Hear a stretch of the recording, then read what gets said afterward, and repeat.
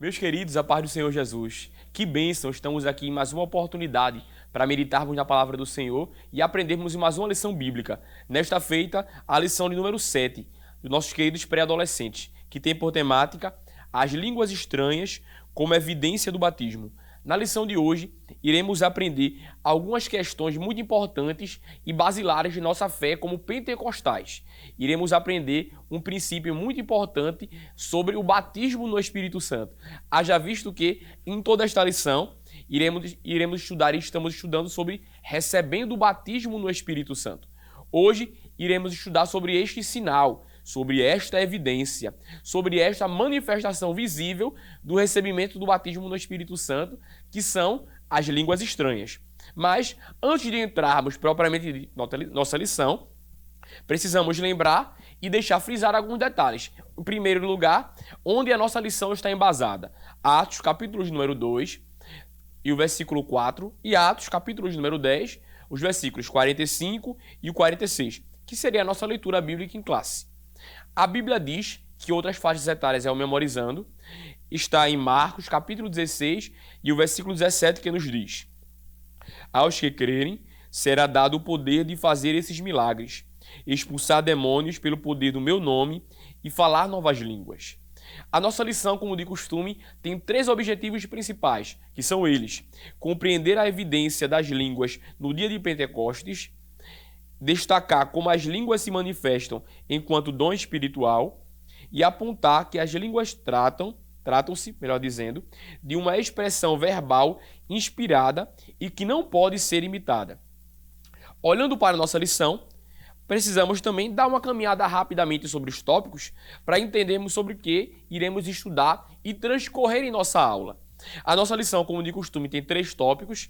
O primeiro, a evidência das línguas no dia de Pentecostes, dividido em 3 subtópicos. O subtópico A, o grande barulho e o fogo. Subtópico B, evidências das línguas. E o C, as línguas como sinal inicial do batismo no Espírito Santo.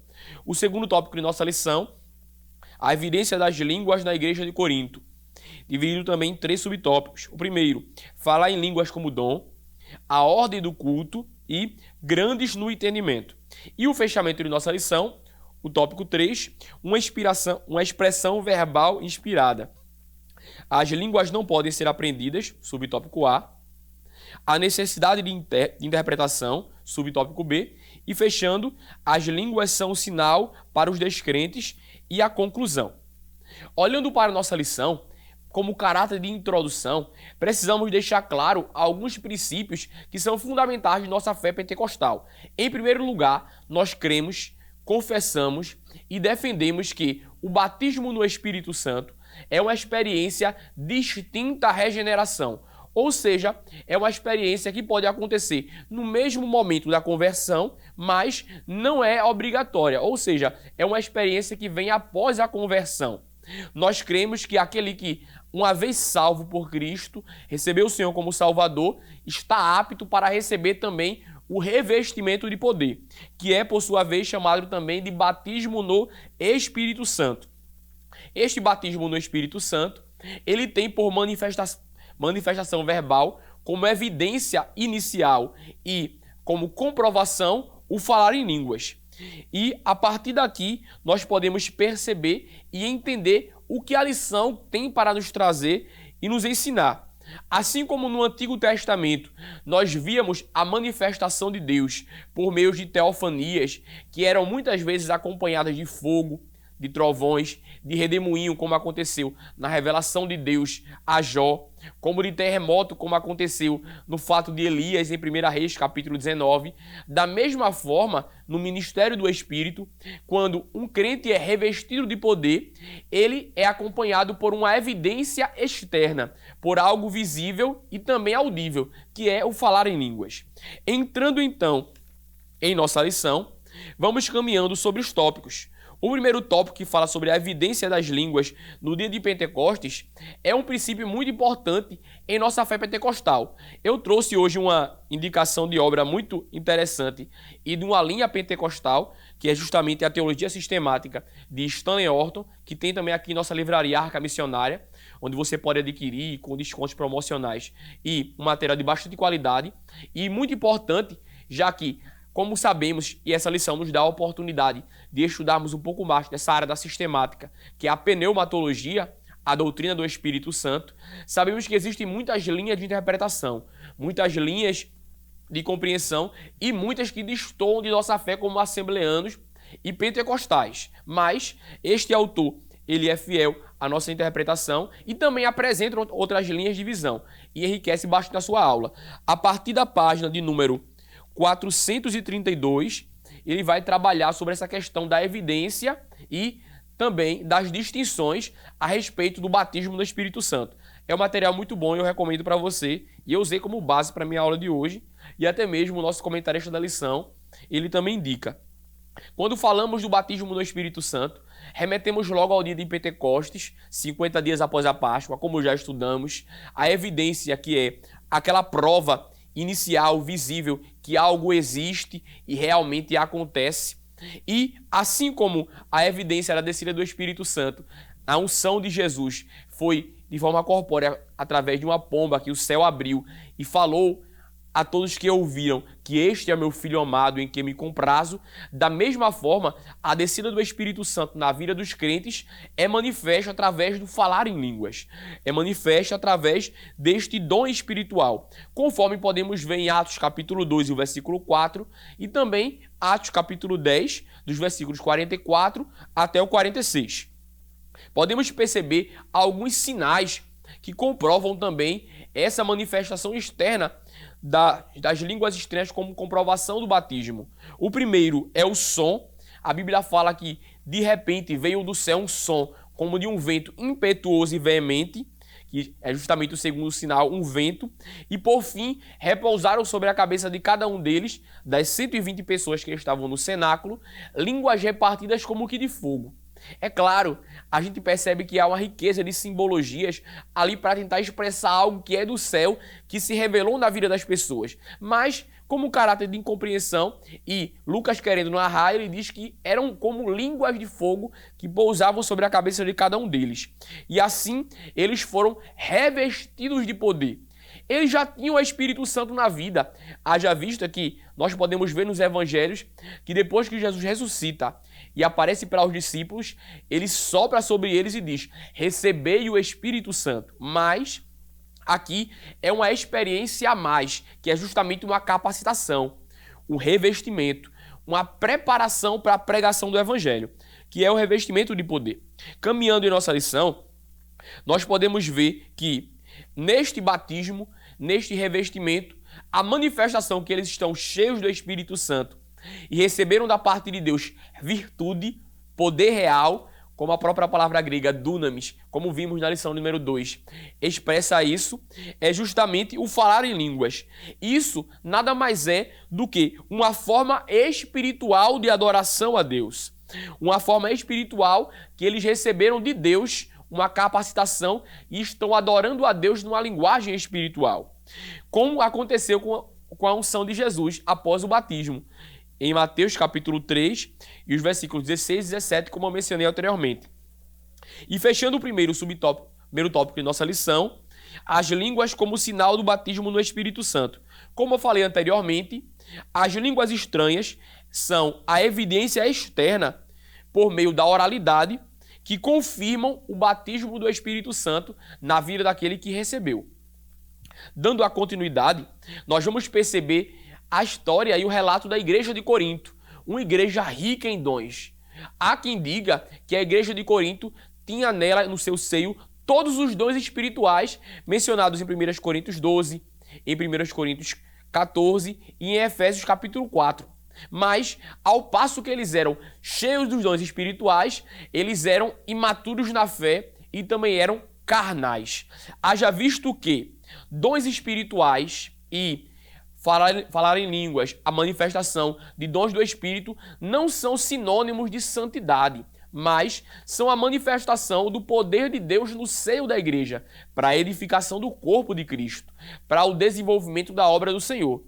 Aquilo que serve como termômetro, entre aspas, para falarmos de santidade, de maturidade cristã, maturidade na fé, é justamente o fruto do Espírito. Amor, paz, mansidão, benignidade, bondade, domínio próprio, como já estudamos em outras lições. Mas a igreja de Corinto é um exemplo de frutificação em relação aos dons espirituais. É um exemplo de diversidade em relação aos dons espirituais. Mas precisava se desenvolver uma maturidade, um equilíbrio e uma organização no culto. Ainda falando sobre o dom de línguas, o primeiro subtópico do tópico 2, que fala sobre falar em línguas como dom, precisamos deixar isso bem claro.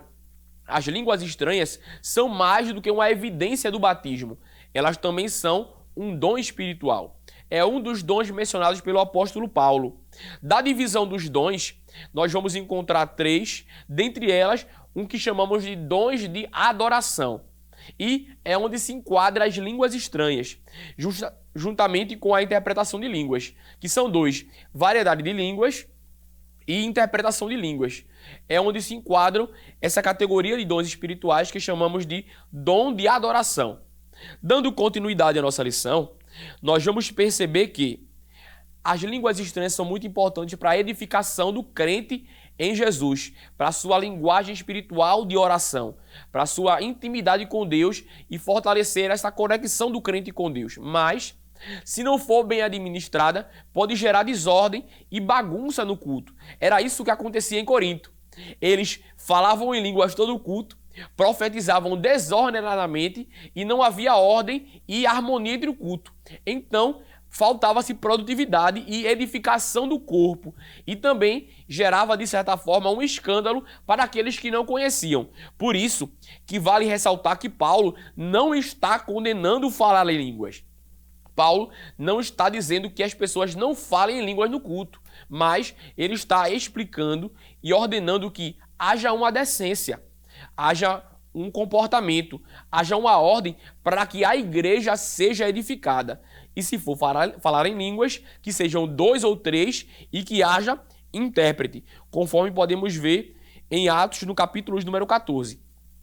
Dando continuidade, nós podemos perceber também que a igreja, ela tinha a oportunidade então de não ser apenas grande em dons espirituais, mas crescer também no entendimento. Conforme disse o apóstolo Pedro, cresçam antes na graça e no conhecimento de nosso Senhor e Salvador Jesus Cristo.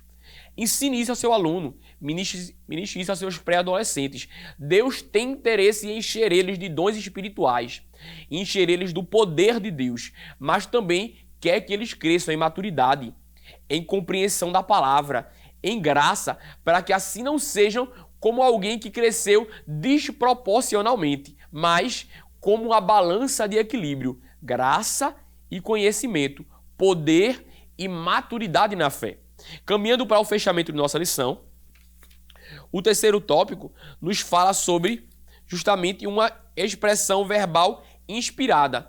Aqui vai nos deixar a oportunidade de desmistificar algumas coisas e também de alertar os nossos alunos de algumas lições. Em primeiro lugar, que não é correto e agradável ao Senhor que haja brincadeiras com línguas estranhas, zombarias ou até mesmo imitações de línguas. Haja visto que é um dom espiritual. E tudo aquilo que é espiritual procede de Deus é digno de respeito, é digno de temor e de reverência. E sabemos que no nosso meio pentecostal, muitas vezes, há brincadeiras com línguas estranhas, há imitações e até mesmo pessoas externas que vêm até ensinar a falar em línguas. Mas isso não é correto e não é agradável ao Senhor.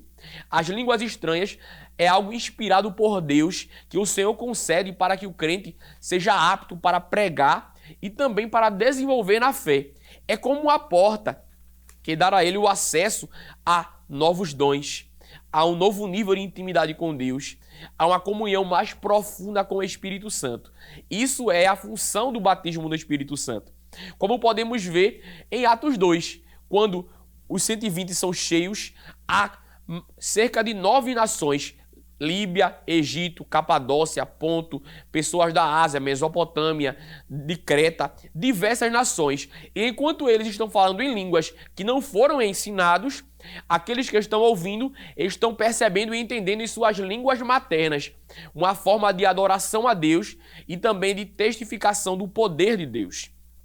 Caminhando também, precisamos deixar claro algo que é comum em nosso meio pentecostal, que pensa-se que para receber o batismo no Espírito Santo, a língua vai enrolar, a pessoa vai perder a consciência e então vai ser batizado. Não, o batismo no Espírito Santo não é algo mágico, nem tampouco algo que rouba a consciência do crente. O batismo no Espírito Santo é algo que Deus concede ao crente, vem no entendimento, ainda que ele não compreenda, e por graça e autoridade e ousadia do Espírito, este que recebe o batismo externaliza aquilo que recebeu.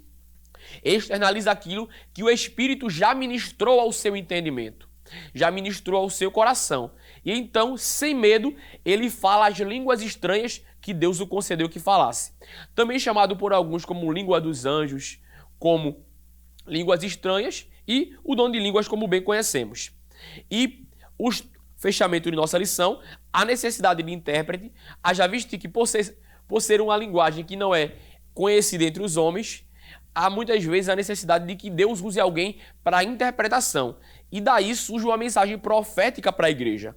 Por isso que é importante a oração para que Deus conceda aos crentes o dom de interpretação e principalmente também o dom de profecia, para que não somente quem fala seja edificado, mas também quem ouve.